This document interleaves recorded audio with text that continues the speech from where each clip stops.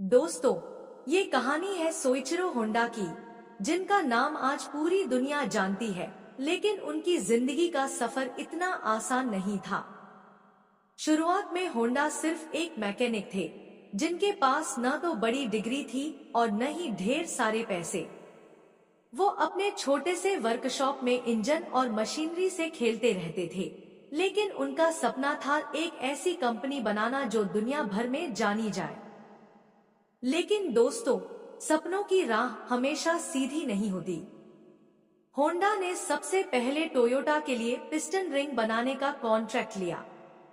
महीनों मेहनत करने के बाद जब उन्होंने अपना डिजाइन टोयोटा को दिखाया, तो टोयोटा ने साफ कह दिया, ये बिल्कुल भी काम का नहीं है। यह उनके लिए पहला बड़ा झटका था। लेकिन हार मानना उनके खून में ही नहीं था।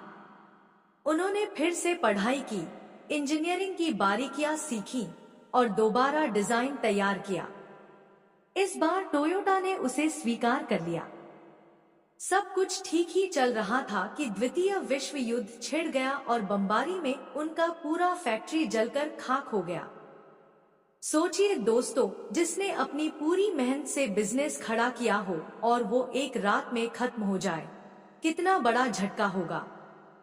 लेकिन होंडा ने हार नहीं मानी। उन्होंने उस वक्त अपनी बची खुची मशीनें बेचकर कुछ पैसों में मोटराइज्ड साइकिल बनाना शुरू किया। लोगों को ये बहुत पसंद आया क्योंकि सस्ता भी था और आसान भी। यही छोटा सा प्रयोग धीरे धीरे होंडा मोटर कंपनी की नींव बना। 1949 में उन्होंने अपनी पहली मोटरसाइकिल होंडा ड्रीम लॉन्च की। और दोस्तों, ये सपना सिर्फ उनका नहीं, बल्कि पूरे जापान का सपना बन गया। यह मोटरसाइकिल इतनी पॉपुलर हुई कि जल्द ही होंडा जापान की सबसे बड़ी टू व्हीलर कंपनी बन गए। लेकिन उनका सफर यही नहीं रुका। 1959 में होंडा ने अमेरिका में एंट्री की और अपनी छोटी मोटरसाइकिलों से वहां की मार्केट को हिला दिया। वहां हर कोई सोचता था कि मोटरसाइकिल सिर्फ गैंगस्टर और स्टंट करने वालों के लिए होती है, लेकिन होंडा ने इसे आम इंसान की जरूरत बना दिया। जैसे जैसे होंडा की मोटरसाइकिलें पूरी दुनिया में बिकने लगी, उन्होंने एक और सपना देखा, कार बनाने का। लेकिन यहाँ भी उनके सामने टोयोटा और निसान जैसे दिग्गज पहले से खड़े थे।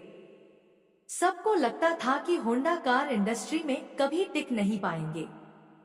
लेकिन 1972 में उन्होंने होंडा अकॉर्ड, जिसने कंपनी को पूरी दुनिया में एक मजबूत पहचान दिला दी।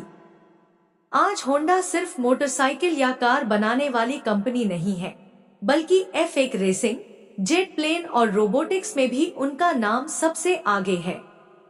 सोइचिरो होंडा का एक मशहूर डायलॉग है, सफलता 99% असफलताओं के बाद मिलने वाला 1% रिजल्ट है। दोस्तों, आज होंडा दुनिया की टॉप ऑटोमोबाइल कंपनियों में गिनी जाती है और ये सब सिर्फ एक इंसान की जिद, मेहनत और कभी हार न मानने की सोच का नतीजा है। जिंदगी में कभी हार नहीं माननी चाहिए। दोस्तों, अगर आपको यह कहानी पसंद आती है तो इस चैनल को सब्सक्राइब करें और लाइक करें और शेयर करें। धन्यवाद। मिलते हैं नेक्स्ट वीडियो।